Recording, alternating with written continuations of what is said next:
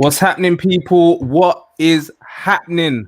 We are live. It's everyone's a pundit episode 80. Right, boy, 20 away from 100. Love to see it. Love to see it. And it's been an interesting weekend. It's going to be an interesting episode, as always. But let me introduce my guest people. Let me introduce my guests. First of all, let's start with Yannicka, because it's been, I think we've had Yannicka on once before. Is it your first time? I think it's once. I think I've been on once. Yeah, Once before. Yeah. Jan, let them know who you are, where they can find you, what you're doing, and who you're repping, please. Yeah, my name's Yannicka. Obviously, I'm a City fan. You can find me mostly on Sarcasm City or on Twitter at Itchian City. Brilliant. Man City. Anyway, we'll chat about Man City. We're going to chat about Man City in a little bit. Also, for those of you that aren't watching and are just listening, we've got returning guest Dash. You lot all know Dash. Come on. Mr. Politician himself. Introduce yourself, Dash. The heart's still gunning for the Gunners, guys. Look at that. See that? It's right there. It's your boy Dashiki Dash. Yeah, man, I'm happy to be back on here.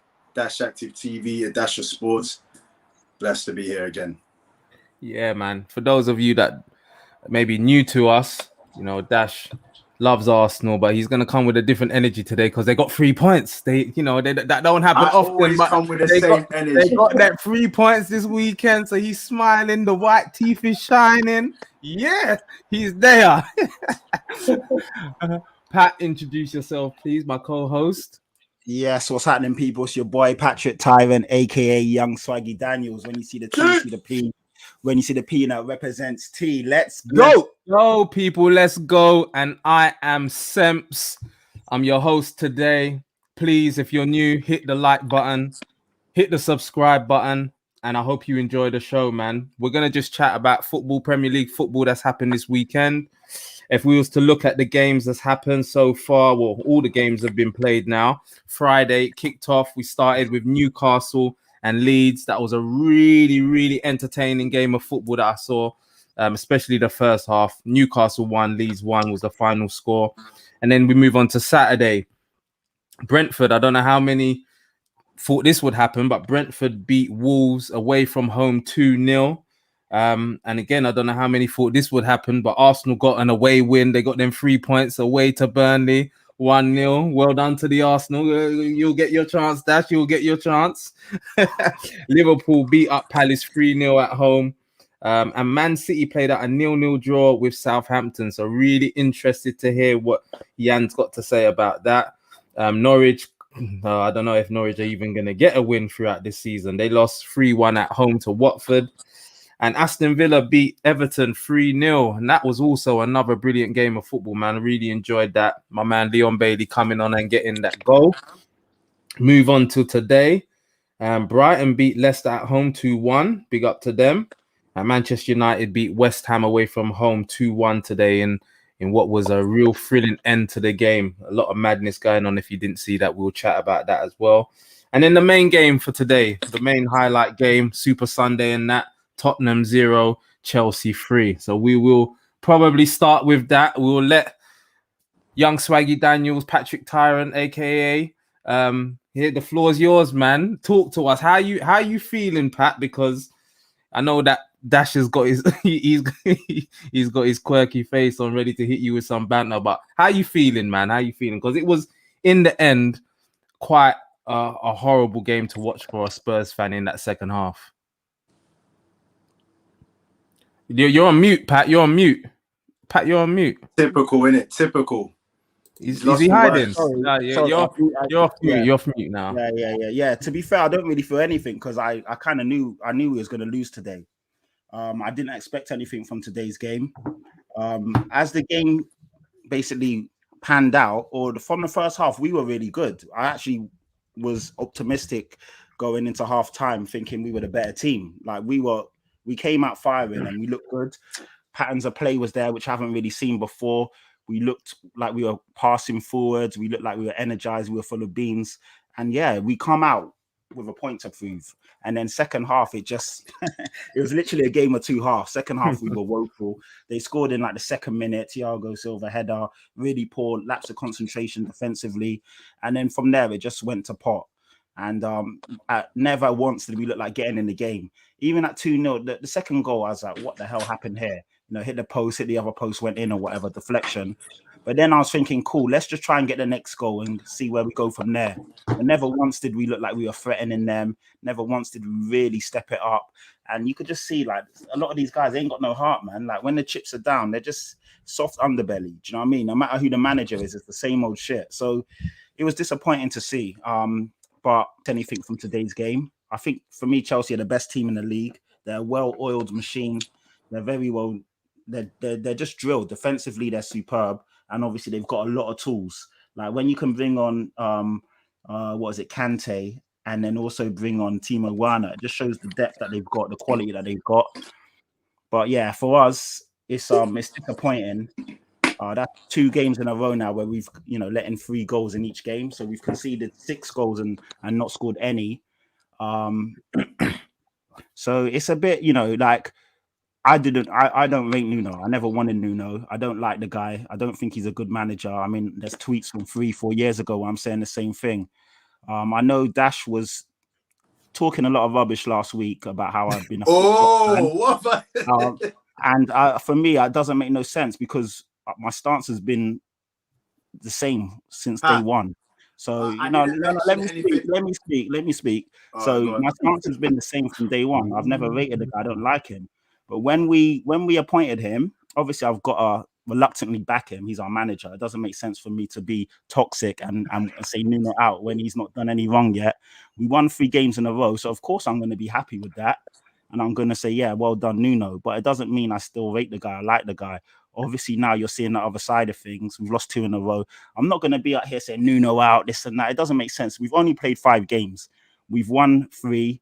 We've lost 2. We've also played Chelsea and Man City. So when you put it into context, it's not as bad as some of the Spurs fans are making out. But obviously, at the same time, you still want to see some signs of progression. We saw a bit of that in the first half. Second half, not really. So, I'm trying to be balanced and trying to be decent. I'm not trying to be up here and just go.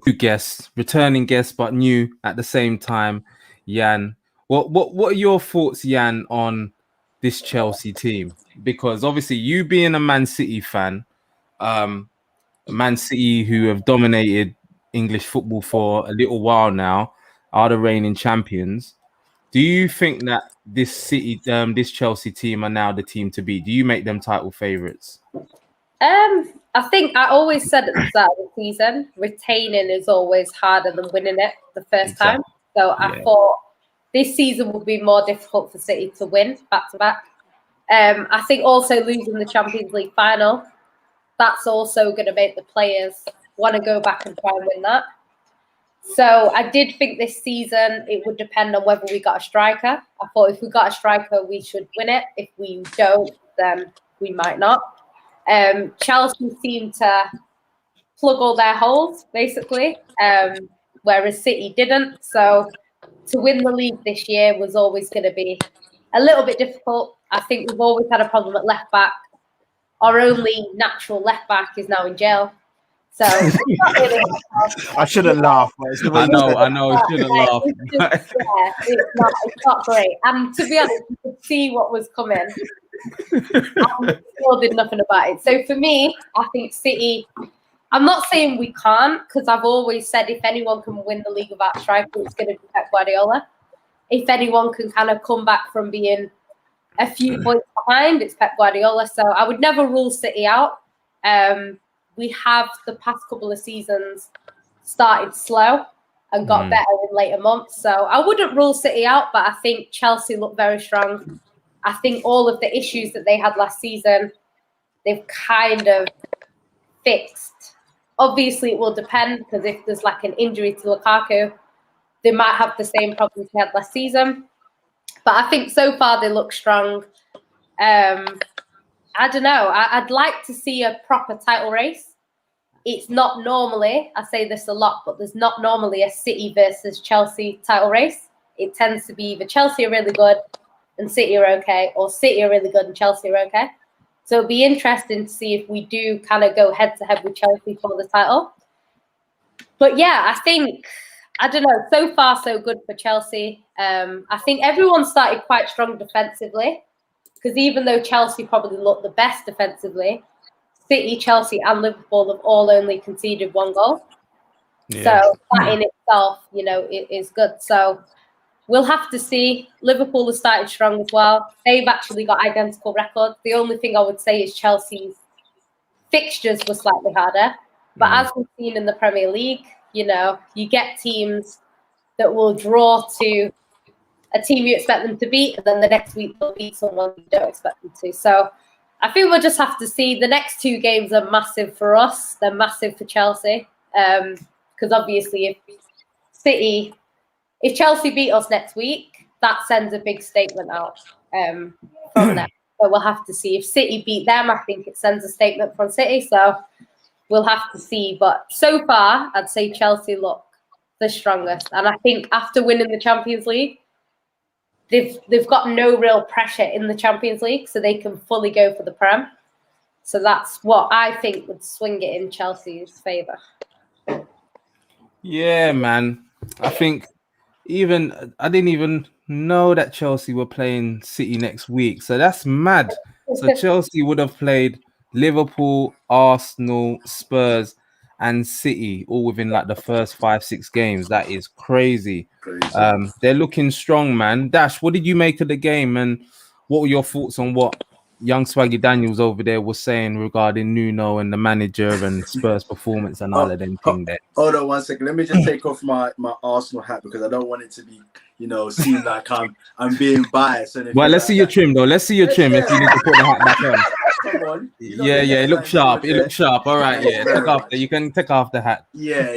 Now, listen. First of all, let me just start off with the game. It was definitely a game of 2 halves in it. I think Spurs definitely started off very strong. There was a game plan there in terms of obviously pressing quite high, but they lacked on the creativity side. And I think that is going to be Spurs' undoing this season. If they had a creative person, then maybe this season, Kane doesn't need to be dropping deep, which is, you need him up top. You need your talisman. You need your sharpshooter up top. And I just think that's going to be a little bit of Spurs' undoing. But this just shows you like the type of manager that Tuchel is, who recognize, the deficiencies in their team. And then you got the luxuries of bringing on Kante. You take off, you take off the player that last season was pretty much an untouchable. And then you can make those changes that you needed. Defensively, they are solid. It's crazy like how PSG can let go of Thiago and then go and get another old man in Ramos. And then, So it just shows you that he's going on leaps and bounds. He doesn't look like he's slowing down. But, Chelsea didn't even need to rely on their forwards. The defenders just took over the game in this match. But Chelsea was superior. We heard it on Sky Sports where Mika Richards said, no one really expected Spurs to win this game. But obviously, you want to see a fight in it. So I think Spurs fans will be disappointed with the fact that they couldn't take that first half kind of charge and challenge into the second half. And it's just unfortunate, man. You get to meet these teams, whether you meet them early or you meet them later on in the season, it's pretty much going to be the same type of force that you're going to be going up against. So it's one of them games, I reckon. You just met a better team on the day that just knew how to turn it up. And obviously, just to quickly touch, because I'm not really going to touch on this for long. Pat, I heard what you said. We've heard what you said. I have not said once that you've been for Nuno. I've not said that. What I said is pretty flip-flop when you won 3 games in a row. And you said it here on Views that you was happy with your start. You're happy with Nuno and how he started. Then you lose 1 game against Crystal Palace. 1. And then you have a meltdown on Twitter. You are a contributor. When have I ever had a meltdown on Twitter? Please stop it. No. Stop this. You Arsenal fans. Pat, I'm sorry. You can't let him finish. You gotta let him finish. Let me rip rewind. You had a meltdown on Twitter. You are a contributing factor of the fans that you was just dissing. That they're flip-flop. One game. Like, you can't just be switching on the manager straight. I knew this is why I didn't want to know. Bro, you was just backing him for the 3 games that you won. You've got to be pragmatic about these things. He is a new manager. He's got pretty much the same players that 2 previous managers have had. You know what I mean? It's going to take him time to adapt the style that he needs for your club. But if you can't take the time to recognize that, then you're going to be switching on Twitter every week, every other week. You'll end up bored, like, by the end of the season. Take your time, man. Support your team. That's just the advice I've got. But this is why I call you flip-flop. Whether or not you want to take that title as a flip-flop Spurs fan, that's up to you. It's neither here or there for me. But I'm just showing you, when you talk up on views and when you talk up on Twitter, it's 2 different things. Good night, guys. Thank you. No, it's not. It really does sense. Let me just. Boris Dash has nailed it. What's he nailed? There's no nail. Bro, you're flip-flop, man. No, I'm not. I'm being consistent. Even when Arsenal fans are trying to pull up tweets from 2 years ago, it's the same thing. I didn't rate Nuno back then. We're not saying that rating. We're not saying that you didn't rate him. What I said to you is this. Then? I know that you've not rated him. I know you didn't want him. But on views, go back. You was happy with your start, yeah? Yeah, of course. Well, why would I not be? You was happy with how and I said you was happy with how Nuno started, yeah? First 3 games, 9 really points. Confusing because I said, yeah, obviously I can't complain with that. So you've lost 1 game. Well, barring from the Chelsea game. You had lost 1 game at Crystal Palace. So what? Like, this is what I just didn't understand, and how you went on Twitter and you just let me quickly. I don't want to take over the show, but let me quickly. When we won these games, I even said we won 3 games in a row with a 1-0 scoreline. We should be scoring more goals. I was still a bit concerned with the style of play. We kind of got away with it against Wolves. Man City, we had our backs to the wall. You know, we've defended like stallions, but obviously on another day, they could have peppered us. So what I was trying to say is that, yes, I was happy with the results, but the performances could have been better. Crystal Palace, happy with Nuno. Yeah, because Nuno got manager of the month, so obviously he was doing something right. So why, as a fan, am I going to be like, it doesn't make sense? I've got to be. So that's what I've questioned. I've just questioned your support. So it's not flip-flop, because I'm saying that I'm happy with Nuno, but there was also problems. And then obviously we saw these problems unfold against Crystal Palace. And again, we've seen the issues in the second half today. I don't know how that makes me a flip-flop fan. I'm actually being honest. I'm actually being like talking about what's happening. I'm giving you both sides of the story. I'm not just out here celebrating, oh yeah, we're best team in the league because we were top of the league. I was actually being not even reactionary. I was just giving you. That was very reactionary. It was very reactionary, Pat. It was. You've just lost 1 game. I can't talk football with Arsenal fans. I really can't. You would have known. You would have known going into the Chelsea game, playing at home. You could have got a draw. You know what I'm saying? So I didn't think it was like draw. Even if you see me on the football terrace or you see me on any, I said to everyone, I don't expect us to get anything out of this game. We'll probably lose 2-1 or 3-1. We ended up losing 3-0. So I've always been consistent.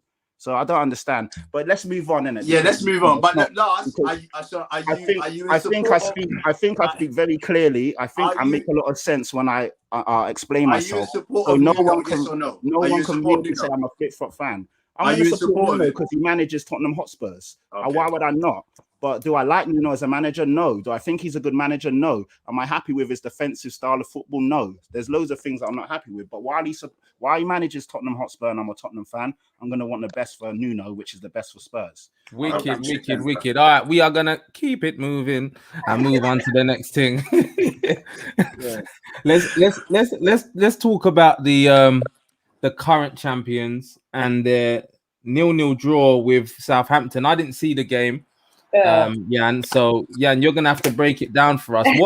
What was it? Is it are we seeing maybe the impacts of not getting a striker in the summer? Is that what we're seeing there? How did you lot perform in that game?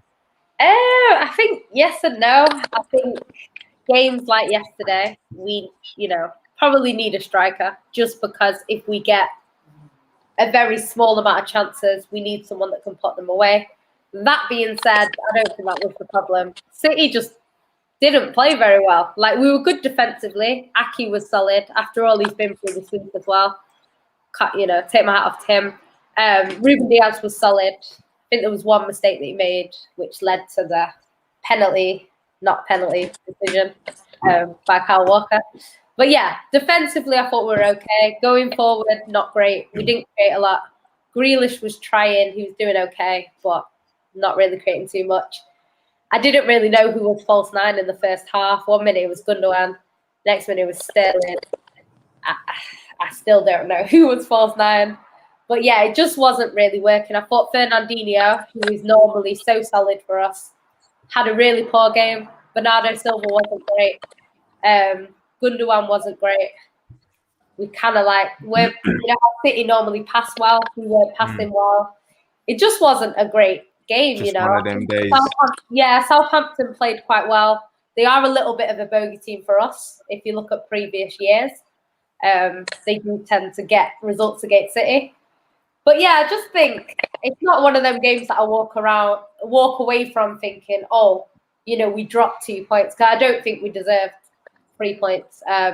We had our first shot in the 90th minute, first shot on target. Serious? In the 90th minute? Yeah, it was not very much creativity.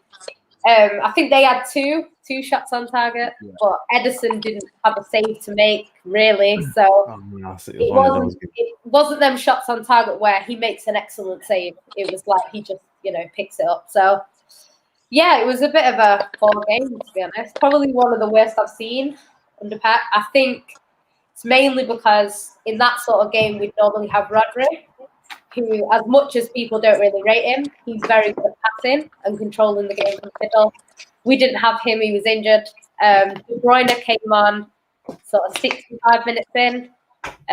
We got a little bit better when he came on, but again, he was passing it to Sterling, and Sterling was just the terrible touch. I don't know what's happening to him. But yeah, he should have, De Bruyne basically set him on a run. And his first touch just gave it to Southampton. So, yeah, it was quite a poor game, to be honest. We definitely didn't deserve anything from it. Southampton defended well. Yeah, just one of them. Just one of them. That's all I'd say. As we saw here from Sai saying City were flat, but it's just one of those games after the Champions League. Yeah. We get those performances, isn't it, Dash? What are your thoughts? What are your thoughts on City now that when you see a team like Chelsea perform the way they're performing?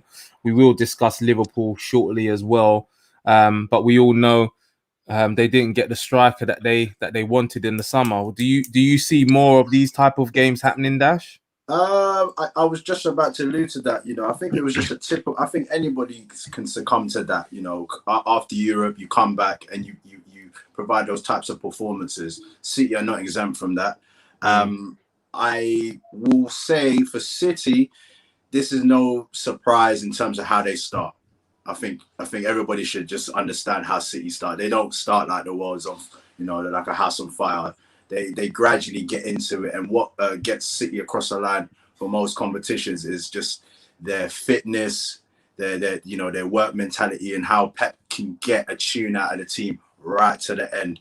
So City will be there, near and around that championship situation. But if they don't win, then obviously the whole talk is going to be about, they should have got a striker. This is what they needed. They're missing, that centre forward. So it's going to be a hit and a miss for them. They've massively gambled in regards to not getting that striker. But at the same time, City can just pull out that 70 million, 80 million striker if they need in January. And get things sorted. It's obviously between now and then, if there's going to be any points that they're going to obviously miss out on, that's going to be the crucial point. Because if they then do go and get the striker in January, it's like, they should have had that striker in the summer. You know what I'm saying? So there's not much to worry about, but you just don't want to. You don't want to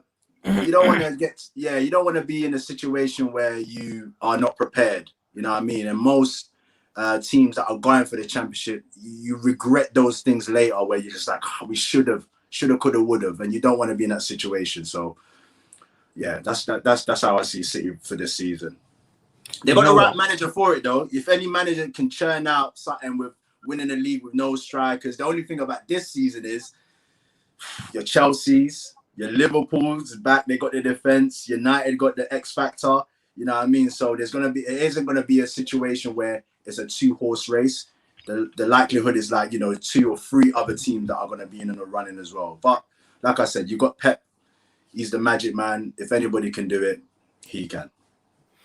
Yeah, I'm gonna come back over to you, Jan. Because I wanted to get your thoughts on Jack Grealish. How do you think that he has started his new life at City so far, and can he provide the extra that you may need this season? He's actually started quite well. He's been one of our better players, to be honest. He's been creating. I think he's created the most chances, one of the most in the league, actually.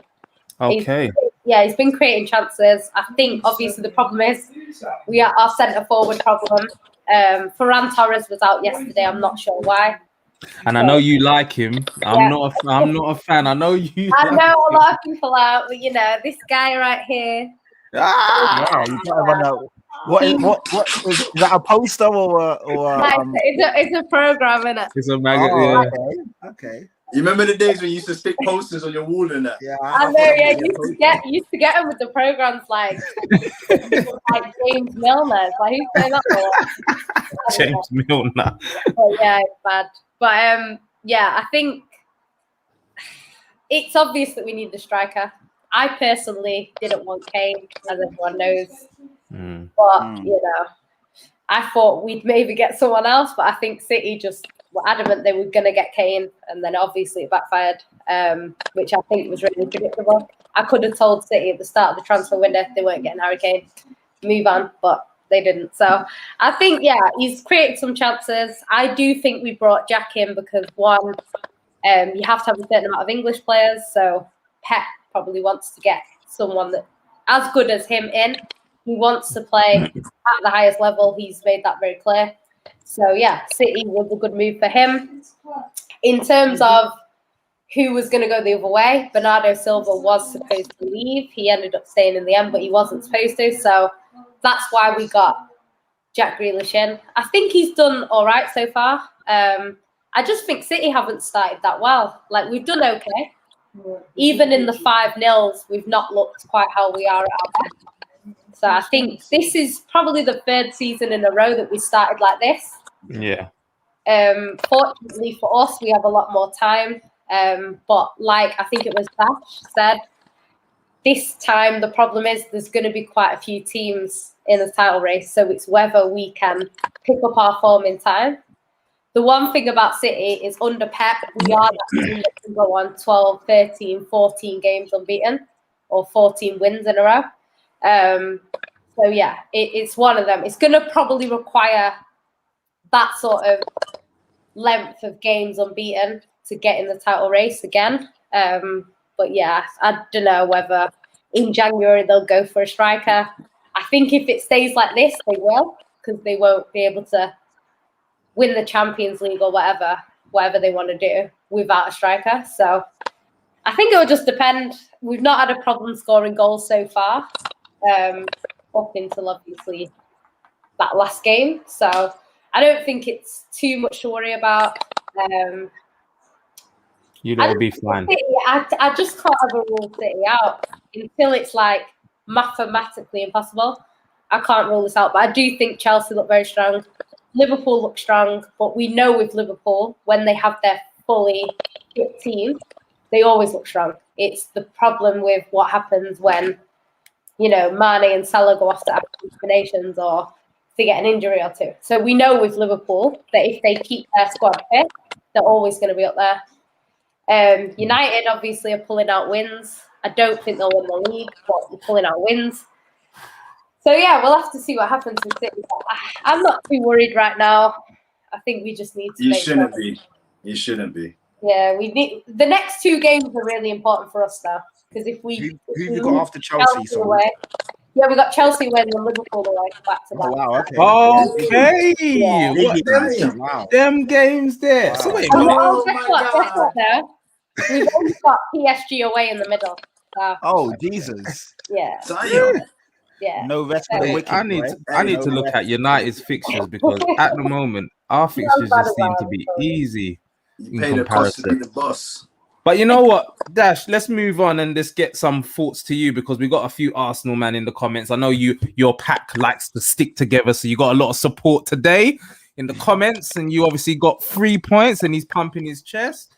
No, that's You know, my heart. That's my heart. They've got to take these weekends when they can because it hasn't happened often, and it's not going to happen often, I don't think. But Dash, how are you feeling, man? You got 3 points. How did you think you performed against Burnley? I called it a lucky win. You said 3 points are 3 points. So 3 points is 3 points, as you agreed with me as well. And in terms, no, of I didn't. In terms of how your game went. No, I didn't. Terms of how your game went. No. I said no. Don't misquote me now. I didn't agree with you. Yeah. Okay, listen. You know me. Many a times I come on here, everybody knows me and my stance and how pragmatic I am. Listen, at this present moment, we need to climb up the table. We need to get the points. We're not afforded to try and have these great performances and get these points at the same time. So, we've got to crawl before we walk, so on and so on. So it's just good to see that once again, another clean sheet, and the so-called teams that we would, people say that we'll struggle against. We've got the 3 points and we move on. Do I want us to be playing a scintillating style of football? Yes, I do. But I know with wins, with climbing up the table, that would then probably pick up the confidence for the players, and then for them maybe to believe in what is going on at the club, for them to show the talent that they have. And look, man, I say it over and over again, especially now the fact that the window is closed and stuff like that. There's nothing that could be done now except for Arteta taking the team week in and week out. We're not in Europe, so you can have that long week with the team and try and turn out these results, man. Until we get to that stage where we're really, really cooking with grease, then, we just got to take these points for what they are. So, yeah, man, I'm happy. I don't want to be sitting there on a weekend and my team's losing. You know what I mean? I'm sure everybody's happy to hear, well, there's only 2 teams here that have won this weekend. So, it shows from our esteemed, podcasters here, pundits, the ones that got 3 points are smiling, and the ones that didn't get 3 points, they're a bit shag right now. So I'm happy with all in all. I'm happy with what's going on. We've got Spurs next weekend, so that's going to be another tasty affair. That in itself, regardless of whether or not you've been winning, losing, North London derby, as I always say, is probably one of the best derbies in the world. Regardless of what I could be feeling about Spurs, it takes 2 to tango. You need a dance partner. So I'm looking forward to that match and just seeing, what can come of that game. At the moment Spurs are down and we're a bit on a high, but it doesn't mean anything once you get to that weekend. But all in all, the Burnley game, just to touch on it, it was a tough game, but we showed the resilience and a defensive display that we haven't seen for a long while, especially against your Woods and all them kind of guys that they battle up in the air. Ben White was a bit shaky with his pass backs and stuff like that, almost cost us a penalty. But Gabriel just showed that we've been missing that combative guy. We've been missing that combative guy in defense. But the partnership should grow. I'm very happy with the fact that we've got Tomiyasu in. The fact that we dodged that bullet with Chicken Royale at Spurs. We dodged the bullet with that. So defensively we're looking all right. It's just on the creative side, which is a bit of a struggle. And we just got to see. And obviously the worrying thing is the fact that Aubameyang isn't scoring. The system doesn't seem like it's working for him in terms of obviously getting him in the box. But that's been the case for like forever now. Yeah. But that's what I'm saying. But when you see it for the first season, you just alluded to the fact that it's a one-off, but it's a reoccurring thing. And for for the way that Arteta wants to play as for now, it is really taking its toll on Aubameyang. I think the type of striker that we need, if we had like a Sanchez, you know, them kind of self-made guys that just hunt around, gets the ball and he can do whatever he wants, then it would work. But Aubameyang, you need to serve him, like you need to feed him in it. So once he doesn't get that service, you know, he ain't scoring them goals that you need. But all in all, I can only just be happy with the 3 points and we move on. Yeah, man. Boris, I gotta ask you a question though. Go ahead. Quickly. If man said Boris, you know. But I'll take it. Yeah, well, look, you got the chance to answer now because obviously you don't want to ever really get on Arteta's back. But if you finish 8th like that again this season, what's going to be your reaction then? Is it still going to be we need to stick with the manager? The manager, you know, he needs to be given time and he needs to do like. Listen, where do you think that you have to finish this season? And we have to get back into Europe. We have to get back into the European place. And I've always said, you know, in terms of getting back, we won't be able to just get back into the Champions League. We've just counted the amount of teams that are, you know, striving for the league in itself, and that's like 4 teams already. So those teams are going to occupy the Champions League spaces. So our aim is to get back into Europa and build on from there, and then try and get the caliber of players. Or the continent. What's it called? The intercontinent? What's it called? Nah, that wouldn't be the. We leave that to the Nando's FC to deal with that. Imagine this, and you can't even finish there anyway. Hold on. Is it my turn to speak? Don't call us Nando's FC. You ain't finished about Tottenham in a minute. Is it my turn to speak? Is it my turn to speak? Tottenham right now. Finish above us first, get into Europe and then talk. You can't be talking about Nando's FC. You lot ain't making Europe in a minute, and it's going to be a while till you're back in Europe. You ain't finishing 7th or 8th this year, so you're finishing 10th if you're lucky. If you're lucky, big one tonight. I see. Listen, Richard said you lot were creating chances. It's going to be my position to where I want us to finish. Where I expect us to finish is not expect, but where I would like us to finish, obviously, is back into the Europa spaces and work our way back like that. In terms of Arteta, just to answer your question, in terms of Arteta, look, at the end of the day, it's a result-based business. You know, like if where you're are not you finishing this year, just tell us. Like I already told you, I've answered this question. You said Europe, but where though? Where Europe is what 6? Top 6. So you're finishing 5th or 6th? I didn't say we're going to finish 6. I want us to finish 6. I don't know where we're going to finish. I'm not Mystic Meg. But where do you think? We can all predict. Where do you think your team's going to finish? That's what we want to know. That's what Samson are asking. I believe we can get 6th. If you don't get 6th or at least 7th, are you now saying that Arteta has to go, or we need to stick by the manager?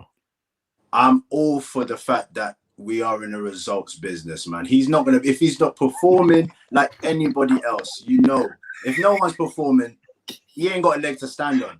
He has not got a leg to stand on. He's been well supported, and as I said last season as well, I said this: support the manager. They've supported him. They gave him the money. So right now he has no excuses. If he doesn't churn out anything with the team that he's got, these are his players.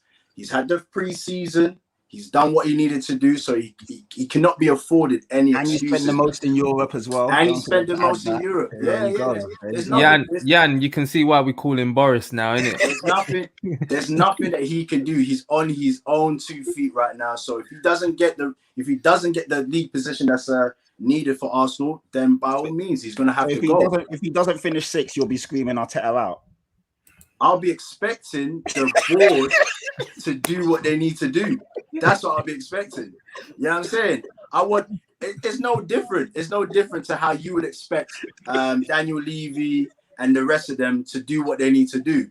You know what I'm saying? You just said it as well yourself that you ain't going to be screaming Nuno out. Yeah, because so Nuno's been there for for 5 minutes. Arteta's been there for almost 3 years now. We'll see. We'll see how your talk is. This is it there from Saka. Finish 8th. Arteta must go with chess.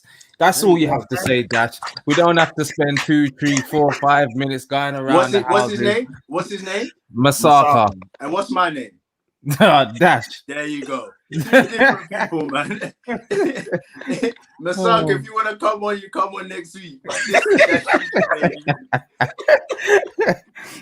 Oh, we love you, Dash. We love you. We love you. If he doesn't get the lead position that is needed for Europe, then he's got nowhere else to hide in it. That's the reality of things in terms of football and where he's at. So we just got to see now. Boy, Foddy saying lose to Spurs and Arteta must go for me. And Foddy he's not a reactionary one. So for him to think that he's had enough. But why just only Spurs? Maybe he can reply to that in the comments. Yeah, that doesn't make sense to me. It doesn't make sense. But we'll move on now. We'll touch on United because there's a question in here which we can kind of segue in onto the red side of Manchester. And the ones with fans, but anyway, we can segue into them. He said, "What's Man United's target though? Is it the title?" And then title challenges and then we've got Stav saying, "No doubt, no excuses." For me personally, our target is the title, but we won't win the title. It's as simple as that. And we saw today in our game.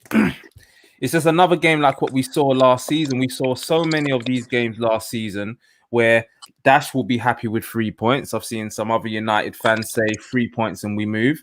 And look, don't get me wrong. We got the 3 points and all we can do now is move to the next game. But for me, I look at the bigger picture in that, yes, under the Fergie times, you'll say it's a sign of a good team when you don't perform and you win.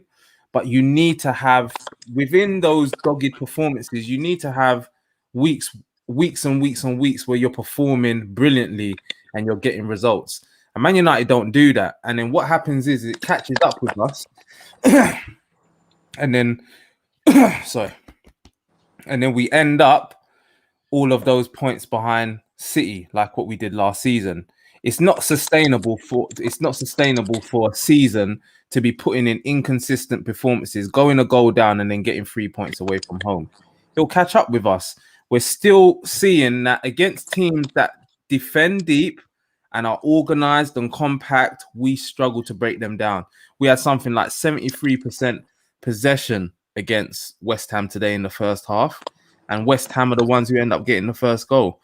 We didn't create a lot of chances, and this is the thing that we're going to continue to see throughout this season.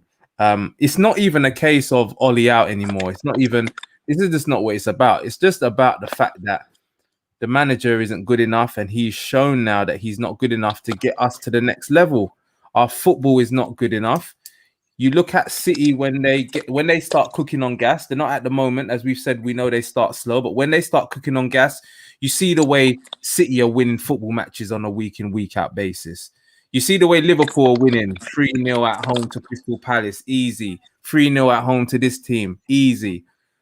Chelsea going away from home, 3-0, easy to Spurs. First half was dogged. Managers able to make a change, boom, boom, boom, easy. Man United, it's always difficult. We played 5 games now, and our only real good performance is against Leeds, who we know are going to come out and play against us, leave gaps.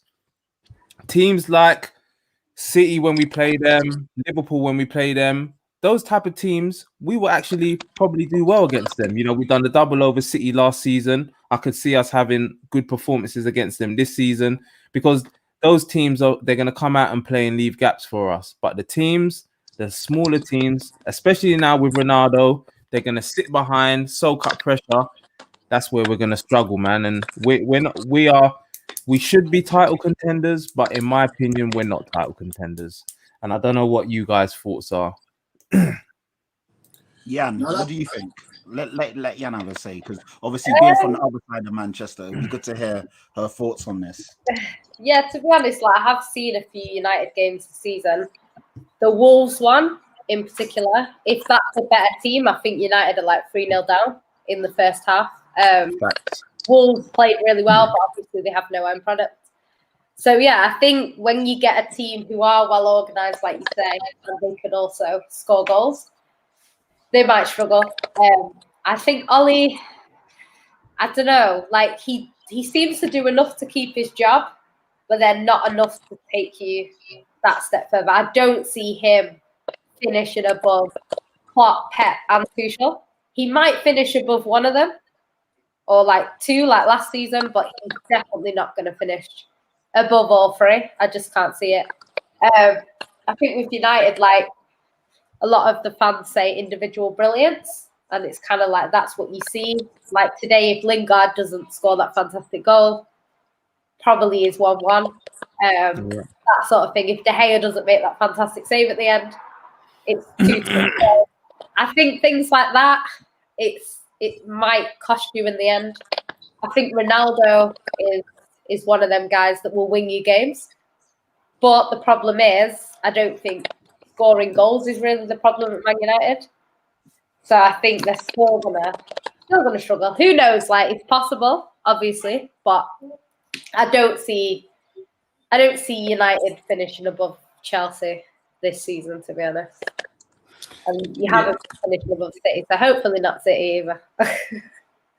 Yeah, there's some questions regarding Sancho, and if I'm honest with anybody, I expected Sancho to struggle. I expected Sancho to struggle because I don't rate the way that we attack and we play football attacking wise. I don't rate it, and I'm been very consistent on this point. No one can catch me slipping here. The way in which we approach games is not good enough. So he's going from Dortmund in the German league in a team that's very fluid in attack, know what they're doing. Everybody knows their roles.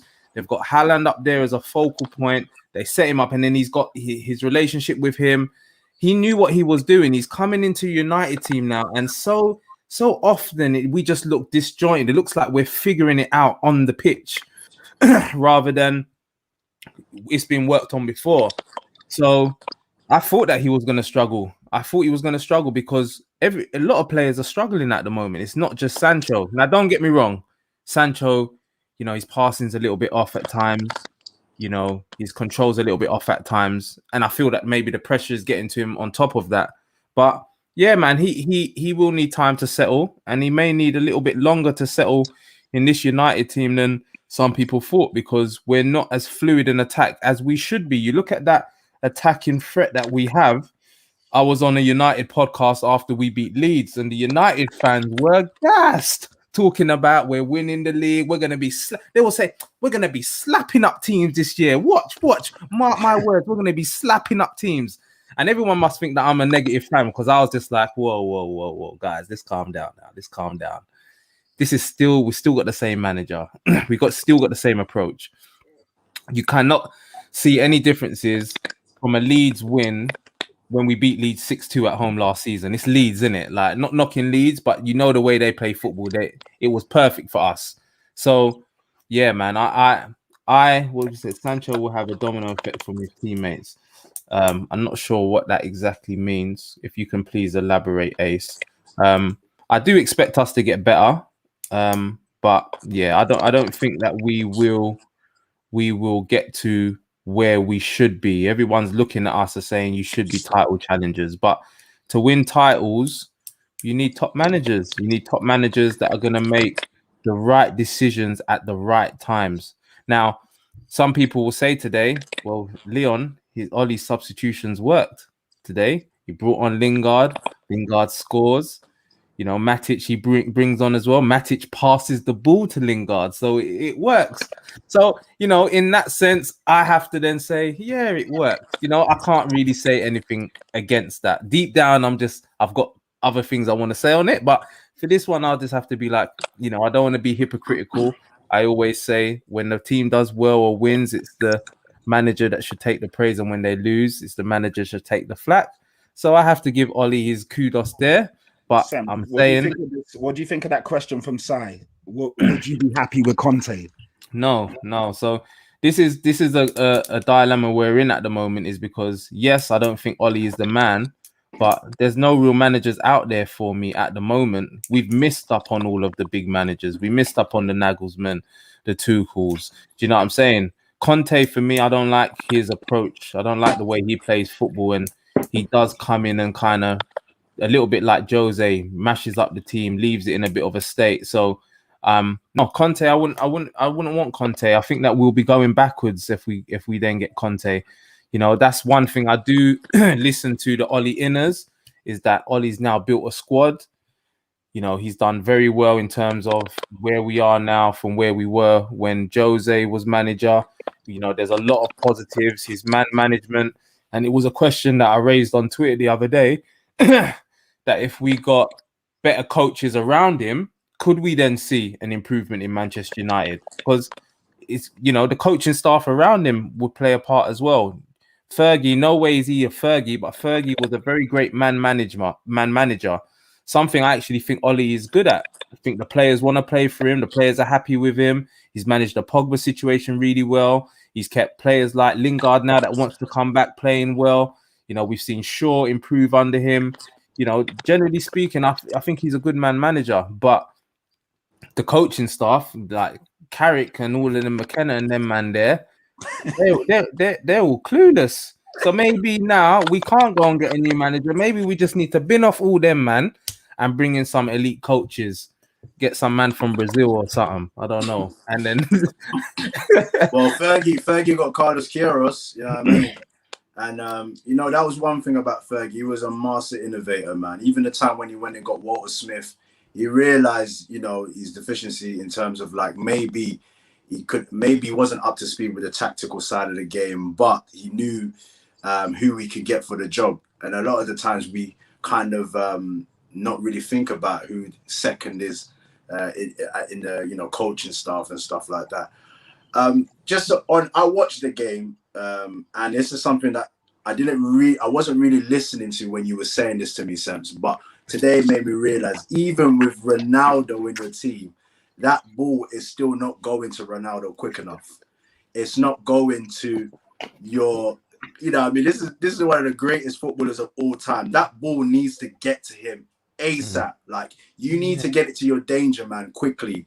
And I actually watched the game today. I was thinking, oh, how many times did Ronaldo really get this? We're not talking about like someone shot and he's got the scraps and stuff like that. I'm talking about you're feeding him to get him in dangerous positions. And you know, I've really feel that, you know, with the signing of Ronaldo, has definitely put United. That is the difference between being in the talking or being in the running for the title and not being in the running for the title. Because if you just got Varane and Sancho, we'll still be here saying, you know what, you really need to get a real marksman up top.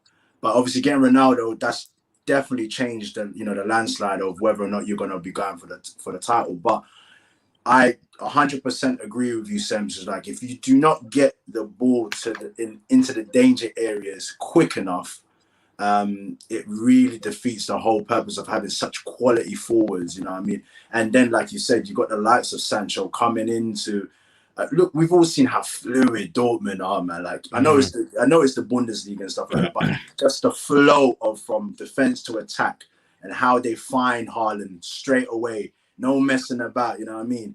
And if you don't do that, you're really going to come up into games where it's just like, right, like you had all this ball possession, but you ain't done nothing with it. But like I said, you've got a magic man. That's like the ace in the pack, in it, the joker in the pack, where you could just pull that at any time. And you know Ronaldo is going to score you goals. He's definitely going to be in the running for top goal scorer. So if you've got that kind of guy in your team, then, you know, there'll be games that you shouldn't have won, or maybe it's scrappy, but you got Ronaldo in your team. But this is what I used to say to you, Dash, when we used to talk about Haaland and when you used to get onto Martial and stuff like that. Like, Ronaldo's still able to score, 4 in 3, I think it is. Yeah. He scored for us now. He's able to do that because he's Ronaldo. He's the GOAT. Do you know what I'm saying? He can just snuff out a chance. Martial is nowhere near a Ronaldo level, but Martial is still a very good player. But he's not able to do what everybody wants him to do, because in this United team, it's a struggle. The ball is so slow between midfield and attack, from defense to attack. And there's There's no playing between the lines. There's no movement, and we see it today. Varane started playing forward passes, and I was just like, "Raw, this is something we don't see." Like Varane playing forward passes straight through the middle, and then Varane ain't doing it. No one ain't doing it. Do you know what I mean? Pogba was then pushed back out onto the left. We saw McFred come in, and then everything just starts the same as what we see. There's no creativity through the middle because McFred are just McFred. Do you know what I'm saying? So The only thing I'll say about Martial though is just like for me personally, he's not a natural. Look, we're not gonna get onto the Martial debate. No, I'm only saying that because it's just like obviously he's not the natural 9 or whatever, so that's not his. Even Cavani though, even Cavani when Cavani came in last season, Cavani suffered many games where he did nothing. But nobody would say anything because it's Cavani. But there was many games where Cavani did nothing, and it's not because the only thing about Cavani is that his work rate will be different. Work. But what's Ronaldo's work rate? We're not seeing Ronaldo run all the way. There's different types of strikers. Just because someone works hard, that don't mean that he's more valuable or better than the other one because he runs around. We're not asking Ronaldo to run around like Cavani does. You know what I'm saying? I saw him at right back with Wan-Bissaka today, man. He almost broke his legs. Yeah.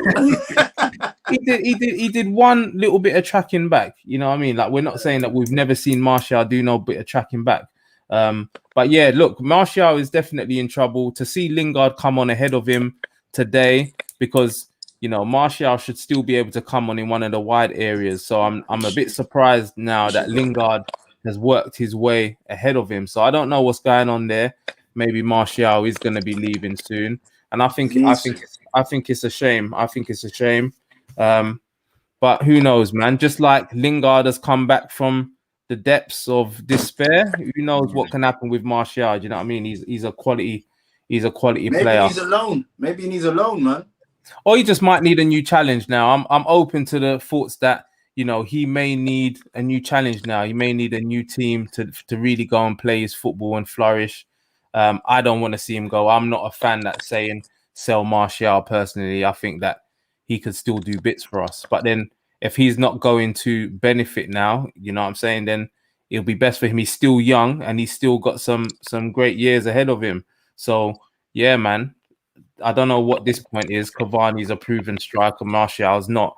We're talking about the fact that Ronaldo's the GOAT and he's still struggling in this system. So not sure what that means, but obviously you just want to try and get onto Martial, which is fine. Not really bothered.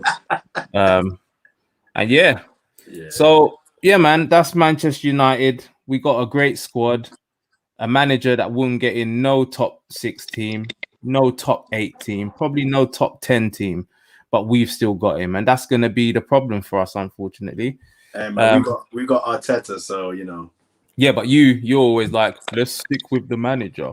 Let's give him time. All of that nonsense. No, but you know what? You've just alluded to certain things where I was listening to you, but I didn't want to butt in and stuff like that. As you said, if there isn't the manager that's out there for him, you've made some good points in terms of obviously it might be the coaching stuff. These things, like not every manager can just come in and just do the business. You know what I'm saying? So it's like maybe it's not Ollie's time right now, but he has improved you guys. He's moved you from the LVG times, and it might not be now. Obviously, you're Man United. I get it. You need it almost like instantly, that success or being back to the title running and stuff like that. But Dash, it's gonna take time. No. He's had his time now.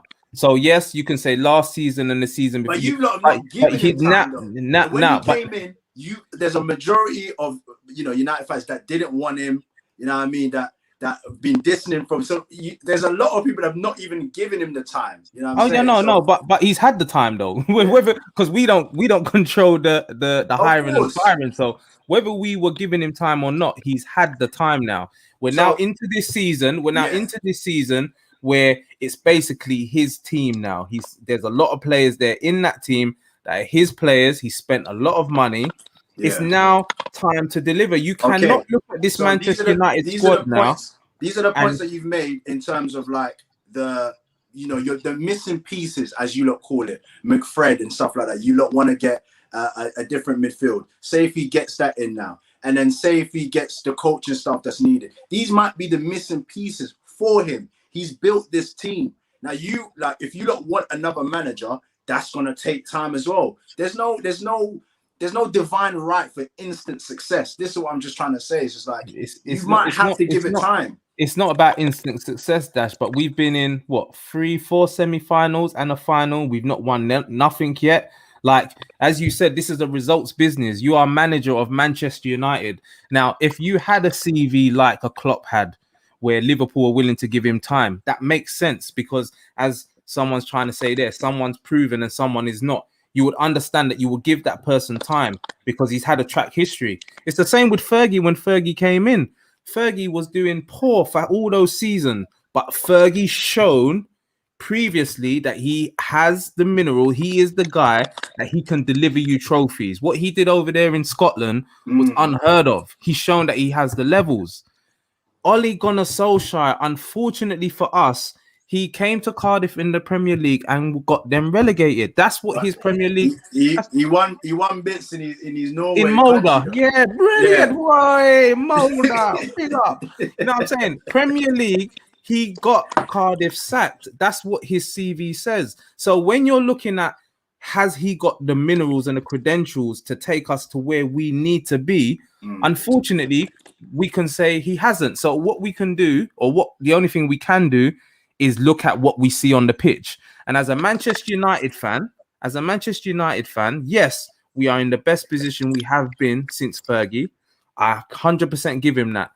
But I want to be where City were last season. I want to get to where Liverpool were a couple seasons ago.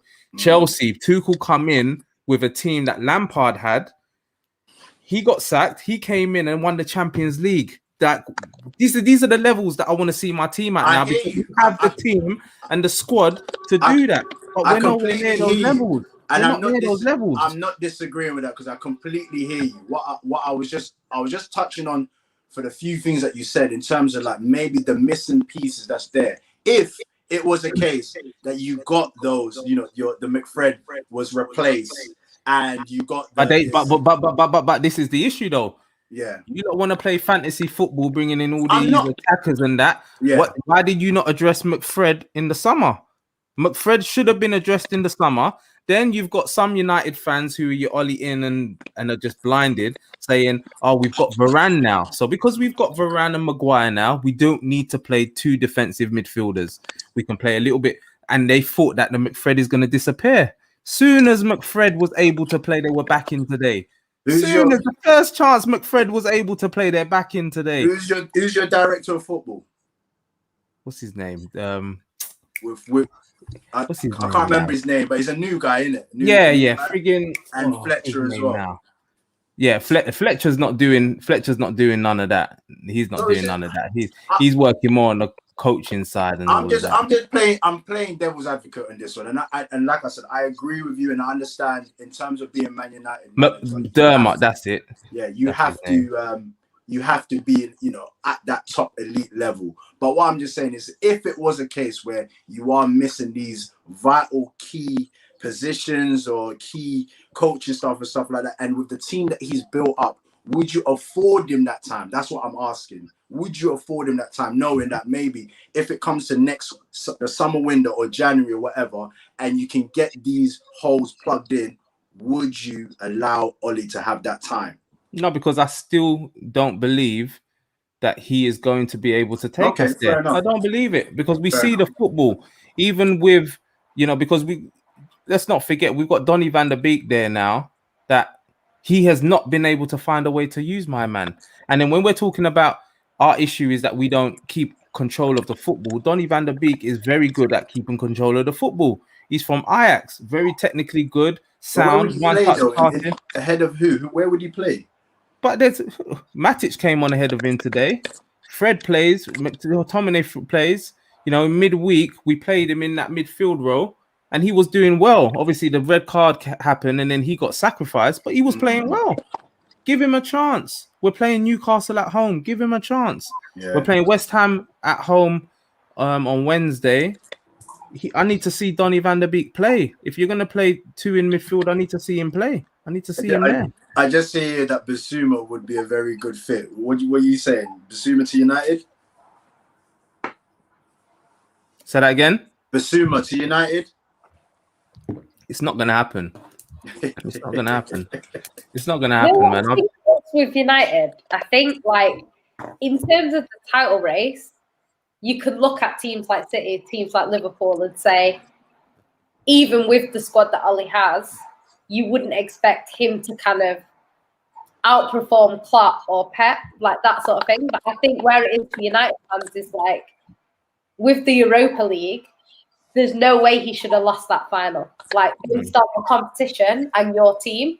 And I think even with Arteta, we've seen him go and beat a Chelsea team. And yeah, okay, they weren't quite the Chelsea team of today, but it was still a good Chelsea team. You know, they went into that final expecting Chelsea expected to win that FA Cup, and Arteta won it. So I think if Ollie had done something like won the Europa League, I don't think people would be as much on his case. But right now, there's been no evidence to prove that he can win. Can he win the Premier League? He could win the Premier League, but there's no evidence to suggest that he will. So I think that's what United fans have a problem with, because, you know, with Pep, even when Pep came and was trophyless in his first season, there's enough evidence to suggest that he would be doing what he's doing now. So I think that's what it is with Ollie. Klopp came from a bad run of losing finals and stuff like that from Dortmund, then went to Liverpool, lost that Europa final and stuff like that. It takes time. Now I'm not comparing. No, you are, because there's no point talking about bad runs, because didn't Klopp won in Bundesliga, right? Yeah, he did. Yeah. Okay, so that's all we need to know. Man has the credentials. Pep has the credentials. All of these men have the credentials. Ollie hasn't got the credentials. And then if you go on the eye test and what we see, exactly what Yannicka says, we're in the Europa League final and we've got into extra time and my man has not made a sub. Yeah, that was He's odd. not made a sub. Odd. And But Villarreal have made five subs. You're saying and he hasn't made a sub. You're saying the credentials, and I'm just saying that with the Klopp situation, he came from a bad run of not winning and getting into finals and shagging and stuff like that. And he did it with Liverpool and stuff like that. And he's the one with the credentials you're saying.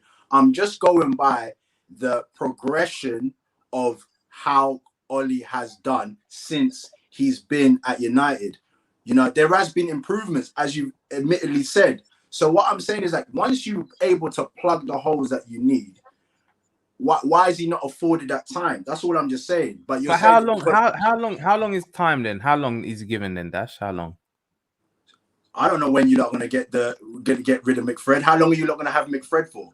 Because that's what you're saying. So what you're saying is we give him until McFred is gone. Is that what you're saying? I'm not. But he's had his time now, bro. He's had his time. Now is the time to deliver. Now is the time to deliver. The next manager that comes in and still has the same issues that he's got right now, how long are you going to give him?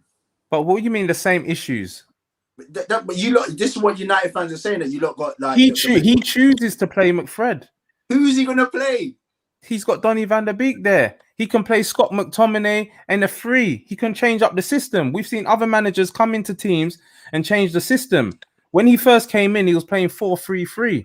We haven't even seen that again. He can change the system. I'm not the manager of Manchester United, but I'm sure that there's other things that a manager can do because everybody else can see it. So you can't just say McFred is the reason. That's not a good enough excuse. He's not a good enough manager because we see. No. That's not what you hear from me. Yeah, okay. You're talking to me on this podcast. Okay, that's not what you hear from me. The issue with us is not McFred. It's the use of McFred. Like I said, the first chance McFred was able to play, he brought them back in today. He chooses to play McFred. It's not the McFred is the issue. It's him choosing to play them. Is this the first time you've used McFred? Yeah, but McTominay's been injured, innit? He's just come back from injury. I thought he wasn't gonna play. I thought he weren't gonna play until next week, and then he's back straight away. Yeah, let's get McFred back together now. He may have played in the first game. I can't remember, but other than that, McTominay's been injured, so McFred ain't been available.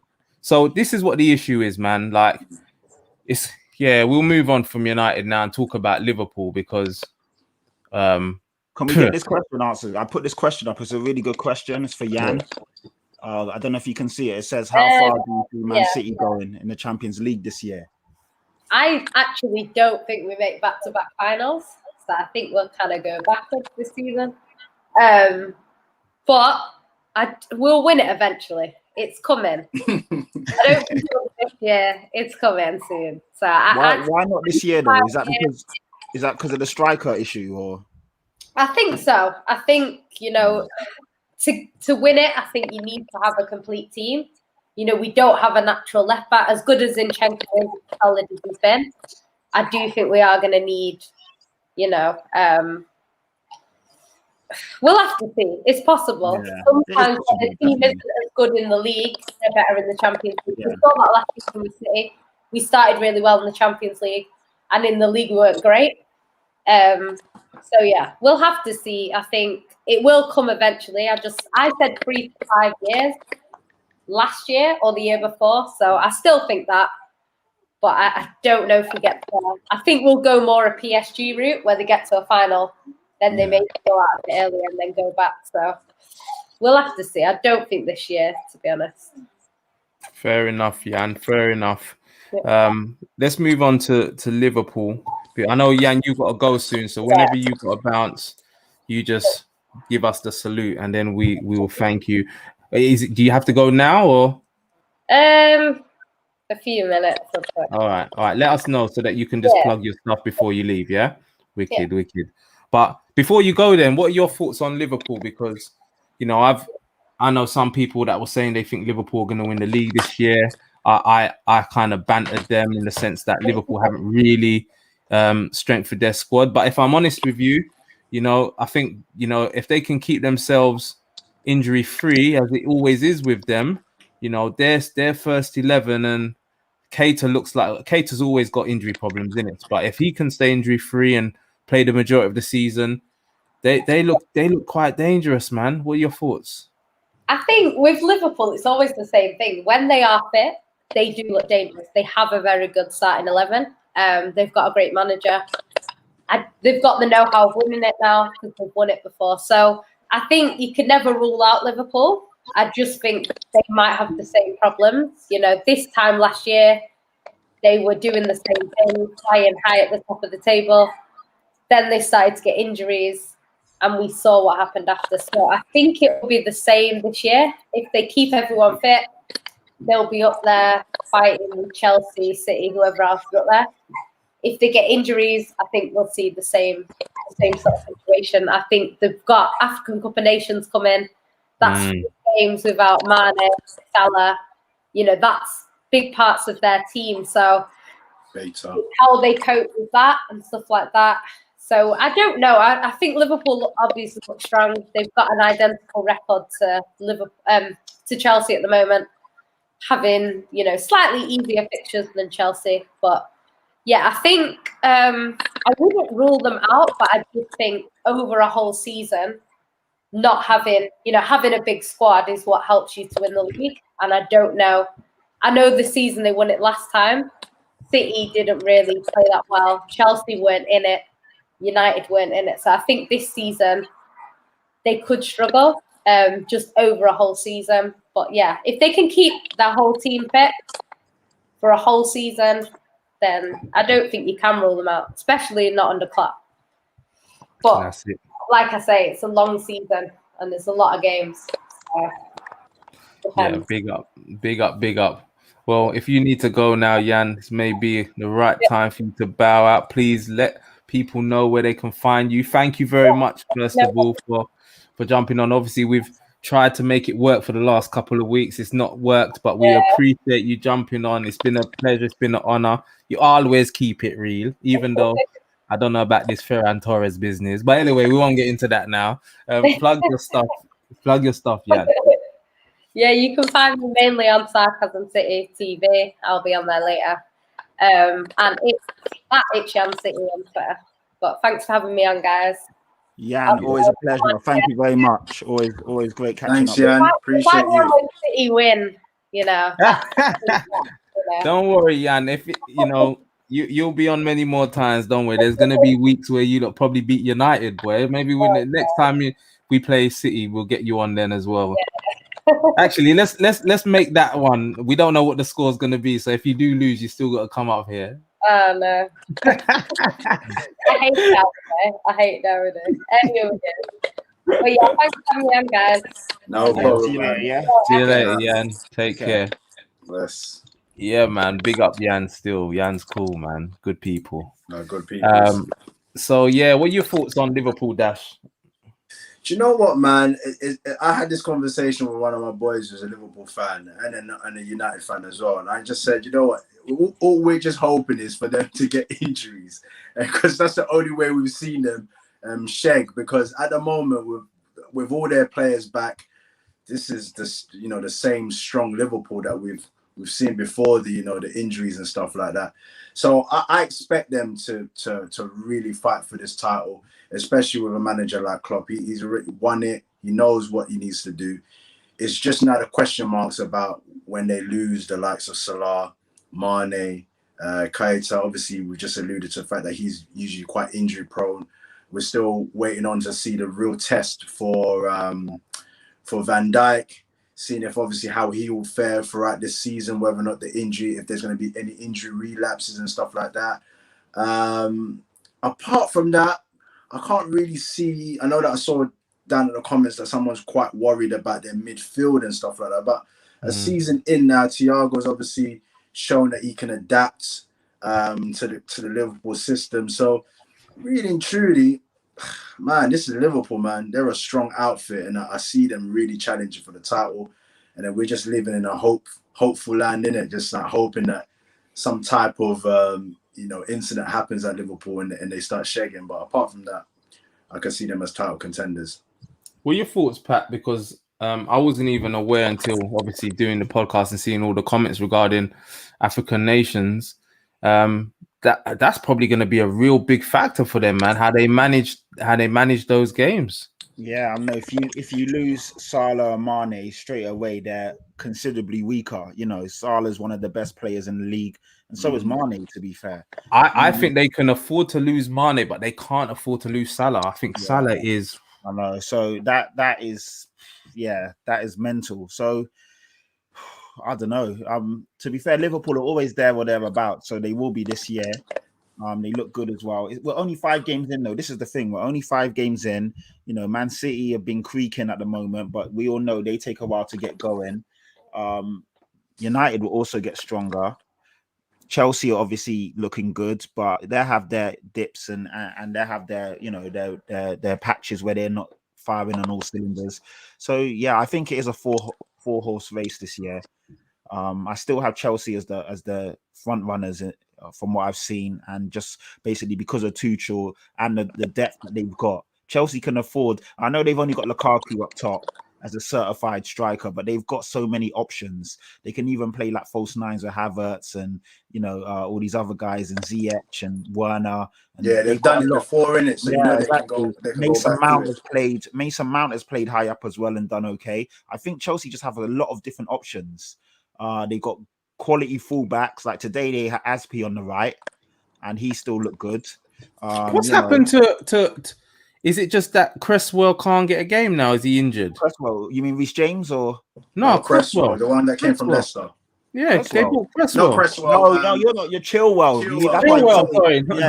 You confused me. Sorry, sorry. Chilwell. Chilly on the left. Yeah, he just can't get a game. He's fine. But I don't think Tuchel rates him that much, to be honest. That's a clear example, boy, of when it can change for you with the manager. Yeah, new manager come. 50 mil we got bought for, right? Comes in 50 mil and then now can't get a game. You know what it is with Marcus Alonso, he's more mobile. You know what I mean? And the mobility is what is keeping Chilwell out. Obviously, Chilwell is very good at bombing up forward and stuff like that, but he can't defensively. He's not as he's not as strict as Marcus Alonso. So it's a bit of a weird one because you would have thought that with the way he came, 50 million. And these are the things, man. Chelsea can afford to keep a 50 million defender on the bench, and it means nothing to them. But yeah, he's gonna find it real hard. And like you said, man, with a new manager coming in, this just shows you when you're out of favor with a manager, it's hard, man. Hard to get back into the team. Yeah, I agree there. Alonso can't. I don't think Alonso is a great defender, the greatest defender, but yeah, but he's come in and is Rudiger couldn't get in the team under Lampard either, could he? Alonso went in the team under Lampard. All these man there, Tuchel's come in, and now these players just look sick. Alonso a few seasons ago was brilliant as well. Do you know what I mean? I think that season he was under Conte, weren't he? I'm pretty sure. He was a mainstay under Conte. Under Conte, he was brilliant. But yeah, man, it's just interesting. I think Chelsea have just got so much strength in depth. Reece James on the bench today. Just quickly going back to Liverpool. Obviously Salah and Mane going.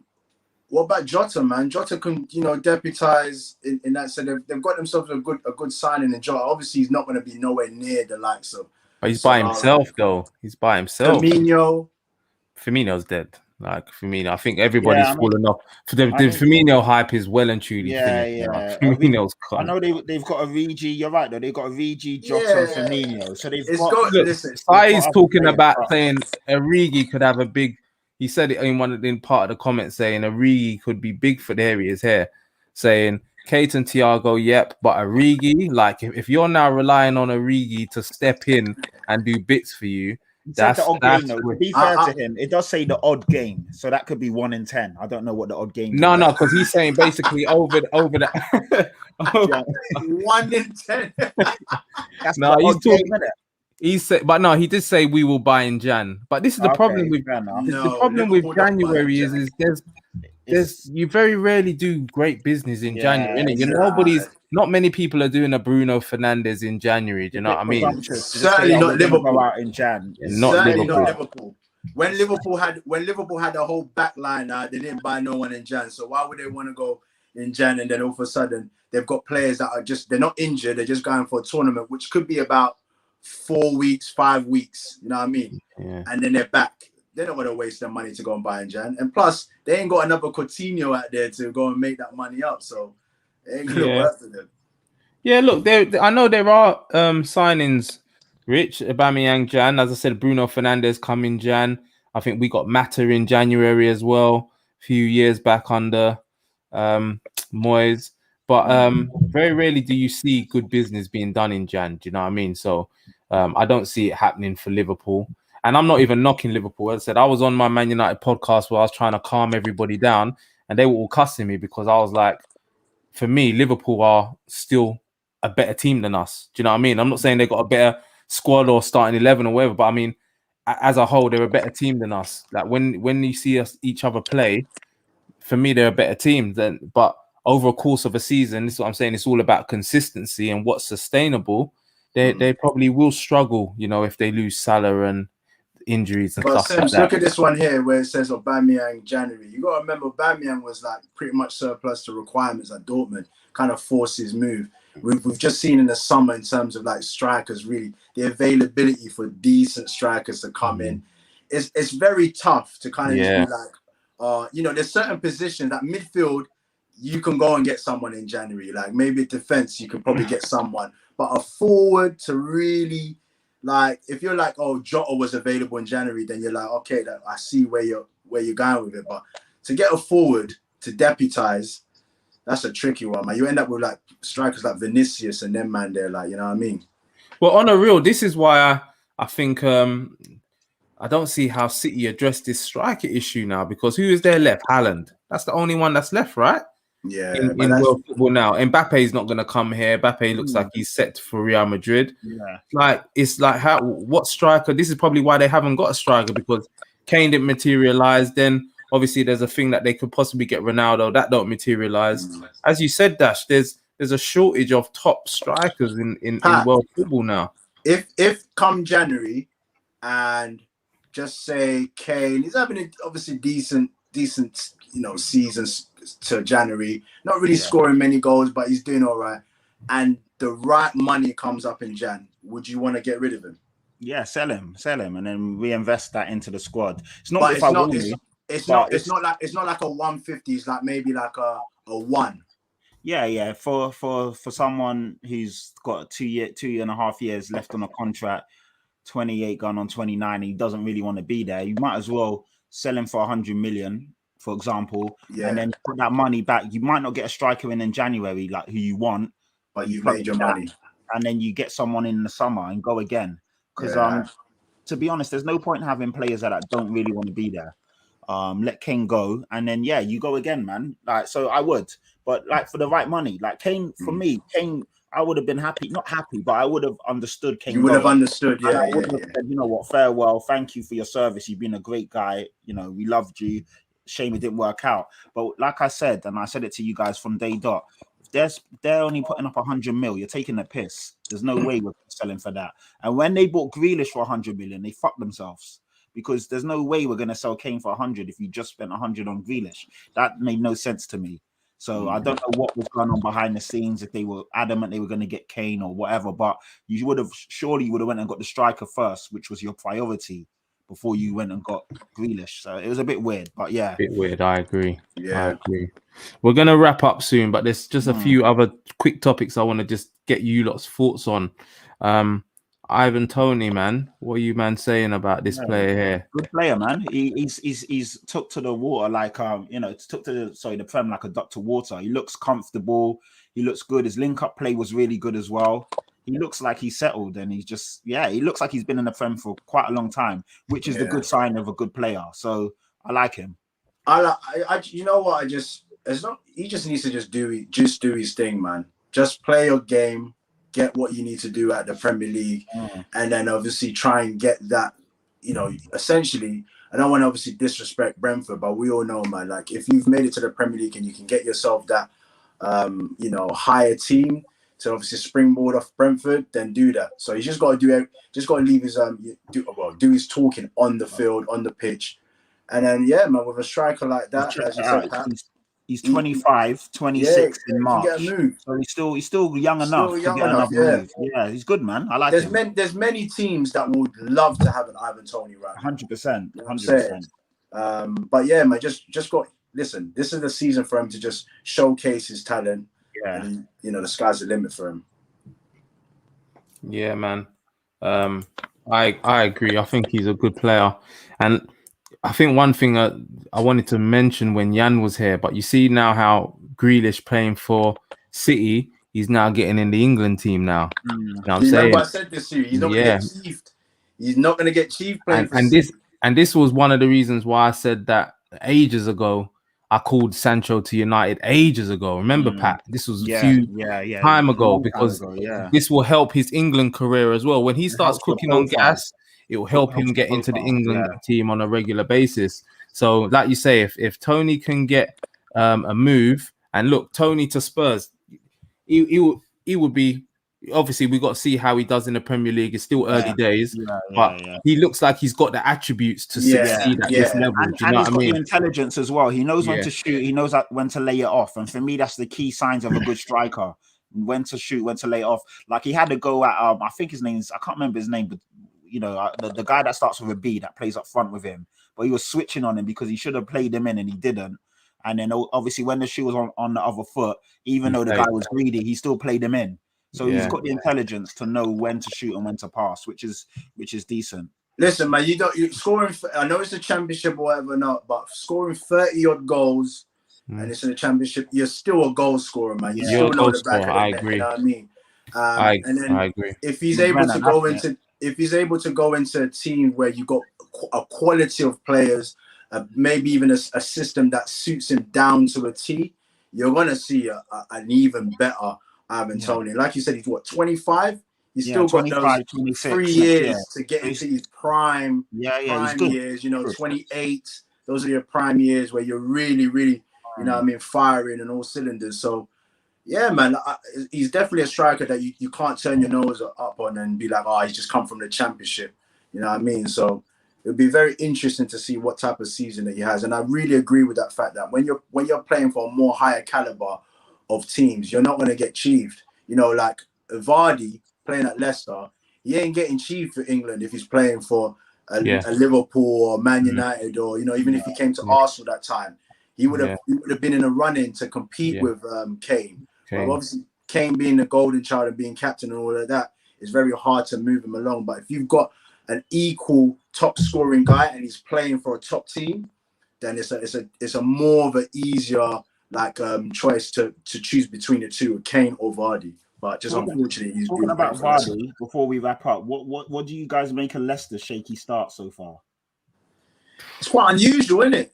Usually they start off quite well, so it's maybe I don't know. I don't want to say luck has run out, but maybe it's Brendan Rodgers has kind of hit the ceiling. Yeah, because a lot of people were bigging up Leicester, saying that if Leicester should be in the top 6, do Tottenham and Arsenal drop out and all of that. We've had a lot of chat about it, but so far it's not looked good for them. It's still early, but this is not usually early. It's not usually Leicester's start, and I've always wondered with the every time obviously they get to the end of the season and they capitulate and stuff like that. Is there, I don't want to say luck, but is it going to run out for them in terms of pushing that team? People need to take into context they're in Europe now as well, so there's a lot more games, a lot more traveling, so they don't have the luxury. It affected them when they had after Ranieri, what's that, Shakespeare, the manager they had? It affected them then when they went in Europe. Although they got into the quarterfinal, but their league position obviously it dipped massively. Yeah, I'm just looking at the team that day because I didn't see the game or anything, but they've got no excuse, man. They've still got got a good team. Maybe they needed some real a big signing, some fresh blood come in. I don't know, because they got obviously Vestergaard has come in. They bought Daka as well. Daka's a good player. He was on the bench today though. Yeah, but he's new blood. He can Lookman as well. They've got So they got Lookman. They did strengthen to a degree. Yeah, they did bring in some man. Yeah. I don't know, man. Players that that Brendan Rodgers can get a tune out of and stuff like that. You know what I mean? We're not saying we're never going to see Chelsea go and get some real worldies or even ones that have dropped below par a bit. They always get those players that you just know that if Leicester goes and gets this player, he's going to be a decent player. You know what I mean? Iniesta is a prime example of that. I just feel and I've been feeling this for the last couple of seasons. I just feel like Brendan Rodgers, he's going to get to a limit with this team and what he can do at Leicester. And if he's starting off like this, like I said, it's very early for us to be but it's just a bit unusual for Leicester to start off like this. Because usually they accumulate those points from early, innit? Then they start slowing down a bit. So if they can't get these points from early, at what point of the season are they going to be getting these points? You know what I mean? So it's going to be real interesting to see what Brendan Rodgers, and he could be a possible manager for either one of our teams, Pat. You know, how would you feel? How would you feel if you was with Brendan Rodgers? Yeah, I mean, he was one of my people on my shortlist. He wasn't a realistic candidate because obviously it was always a question: why would you leave Leicester to go to Tottenham? But he was on my shortlist because he's a top manager and we know he's proven.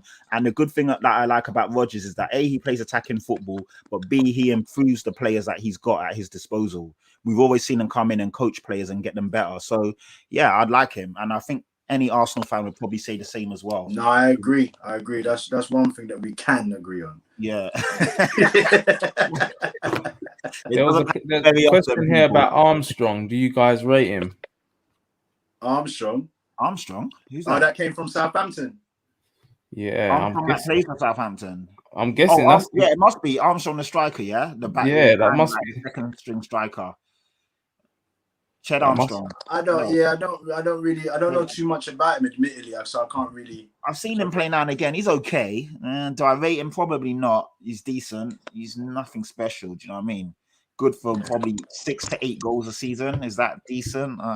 Is that really enough to get into any of the big teams? Probably not. It's probably at his level. Decent baller. On his day, he can hurt you, but how often is his day? That's probably what I'd say about him. Yeah, I just think this question here on Everton and Benitez, I just think that anyone that goes to Everton is long. It's long. They're pretenders. They flatter to deceive. One week they look good, next week we'll see. Yeah, it's long for Everton. The thing with Everton, they succumb to that new manager bounce. We've seen it on many occasions. Any manager that they get in is always that new manager bounce. They galvanize. They play decent football. But then I've said this on many a times. There's many teams like this as well. Once you get past their first 11, 2 or even 3 key players start missing from that first 11. That's when you start seeing the holes, the chink in the armor. Yeah. That's when they capitulate and they can't, get those quality players off the bench. They've still got the likes of Iwobi's and and other players that if they come onto the pitch, they're not really making a difference. You know what I mean? So it's a very hard task. Is James Rodriguez still there? Yeah, he's still at Everton, and he's struggling. You know what I mean? I'm just looking at the lineup on Saturday. He didn't even make the bench. And I know why Sems is laughing. Sems, just say it, please. Just say it. I was watching the game yesterday, and I was just busting to myself. I was like, these people were getting on to me when I was trying to say Rodriguez he's not the answer. He's dead. They were getting on to me. Dash with every minute when he gets an assist, Dash is messaging me. Man bust his load quick early doors. He's not even making the match day squad. When I'm wrong, I'll admit it. I owe Sems an apology because I was getting into these WhatsApps every week. I will put my hand on my heart and say I apologize. I said it, man. He's a name brand player that don't do name brand things. That's what I said. That is the quote. Man. He's anything, man. It's the same with, and I called Werner as well. Werner's anything as well. Yeah. Werner, these man Tuchel's come in and realized it. Sit down, get Lukaku in. You're not the man. But the thing about Werner, I really sympathize with him, man. Like, or if it's empathy or whatever it is, like he works hard, innit? I know you like players that work hard. No, he's come from the Bundesliga and he was banging. And I'm not just saying the fact that he scored goals. You looked at him and you thought this is a striker. You look at Werner now, he is a shell of the man that he was in the Bundesliga. Like, but I don't understand. This can't just be a confidence thing, because he's with Germany as well. It's at Chelsea. He just can't. He couldn't even buy a goal. Yeah, it happens, man. I mean, it happened to It happened in this way, Pat. Fernando Torres. Look at Torres when he went to Chelsea, and Torres was a certified gunman. And look, he couldn't buy a goal at Chelsea. You could see he didn't want to be on the pitch. It does resemble Torres. Yeah. But you know what though? If I'm honest, I always looked at that Torres to Chelsea move thinking, because he was on the decline at Liverpool just before he went to Chelsea, and I was thinking, you lot are not getting the same player that he. You were not in your wildest dream. You would have never thought. Not as bad as he was. No, not as bad as he was. No way. Not as bad as that. Was very bad. Was it the miss? Was it a miss against United? Was it the open? Yeah, when he went around the keeper. That's what triggered it. And I feel like with Werner as well, he had the same type of trigger where he missed an easy chance, and that was like today. If you're thinking about it, he's going across goal. Yes, I understand it, but he's kind of stretching a little bit. If you think that you lift that's a goal, in it. But that's what I thought he was doing. That's what I thought he hit straight at Hugo. Yeah, you know what I'm saying. So it's just that thought process that he doesn't have. It's just like, you're shooting and getting it on target. I understand, but where's the intricacy? Where's the brains in terms of like trying to get a goal? Like, every shot that he takes is either at the goalkeeper or he's missing. It's never. Shevchenko was old when he went Chelsea. He was old, man. He was like Crespo, Shevchenko. He was old. He was past it. Way past it. Shevchenko, that's just Rom's brethren, innit? Just say, yo, man, let me play in your backyard for a second. Get him a bag. He's like, let me give you a bag or two. Like, if any of you were managers, if one of us needed a game, you holler at us, innit? Yeah, man. Yeah, we're gonna have to wrap up now. Yeah, we're gonna wrap up now, man. No problem, man. Dash, yo, it's been Dash. You're gonna have to come on again next week. We'll get you, Ash, Maybe Yeah, maybe 100%. maybe we'll just do a North London derby special Yeah. next week. We can get Tans Come on. Try and get like on! Tapping Toads or Ash, Yeah, Callum, some of the Spurs people. So yeah. Yeah, we'll do that. 100%. I'm there. I'm here. Yeah, definitely. I told Ash already he's in next week. He's been talking a lot, so we definitely need to get him on. Ash is talking a lot of crap Yeah. recently, boy. Pure But nonsense. listen, like we always say, man, this is the beauty of the North London derby. I don't know how it is with other derbies, but Is it my internet or I can't hear you? I Can you think hear it me? might be my I can internet. hear him. I can hear him. I can Yeah, hear it might be my internet. I think it's my I was internet. just saying that form goes out of the window, and that's the beauty of it, because you actually turn up on match day not knowing which way it's going. So we just literally just got to see. Hopefully, you guys actually a team with the momentum, isn't it? You've won 2 in a row. We've lost 2 in a row. So the form is actually with you guys, which is but you know that means nothing. You know that means nothing. The only advantageous thing that I would say is the fact that it's at the Emirates and you haven't won there for a hot minute. But you guys have that in your locker. It's an exciting North London derby, and man, I can't wait, man. This is should be good. These are the fixtures that we look at the beginning. At summertime when we see the new fixtures, these are the games that we look at. 100. All right then, gents. Dash, let the people them know. Yo, man, pleasure for having me once again, guys. For obviously everybody watching, thank you very much. The boy here, Dashiki Dash. Come and check me out on YouTube. That's a dash of sports. That's why I talk about all things sports related, hot topics, and trending stories. And I also have a Premier League show that just gives you the roundups of all the weekly games and stuff like that. And I want to start having people on there as well. So Semps, Pat, soon come, man. I want to sort that out where we just kind of just chop it up and then just talk about the games and stuff. But yeah, man, thanks, man. Appreciate you all, man. Wicked. Patrick Tyrant. Yeah. Obviously, you can catch him on here every Sunday. And then I'm on coys.com every Monday. We do our Premier League preview on a Friday. And then I've been on quite a few shows recently, like the Football Terrace, the Give Me Sport platform. I've been invited into the TFT studios again this Friday for their North London Derby special. So that should be quite cool. But obviously, if you follow me on Twitter, you'll see what I'm up to. And follow our channel on Twitter and Instagram, which is Views TV Official, and you'll see everything that we're doing, what we're up to, and obviously when the podcasts come out. Hey, big up Pat, he's doing his thing out here, Big up your thing. Now listen, you're doing your thing, you're putting in the work, the graft, everything, and people are noticing you. You know what I mean? And it just brings, you're bringing the bacon home, as they say, you know what I mean? Yeah, so it's cool. I mean, the fact that we was on the 360, which is a huge platform, and they shouted out views, that was massive. And it just goes to show that what we're doing. You guys here. Don't sleep on Pat, man. Pat, you are doing your things, man. It's great. Congratulations, man. You gotta get your flowers. You're working hard, so well done. That's what I was saying, man. Say what you're doing, man, because it's serious things are going on right there now.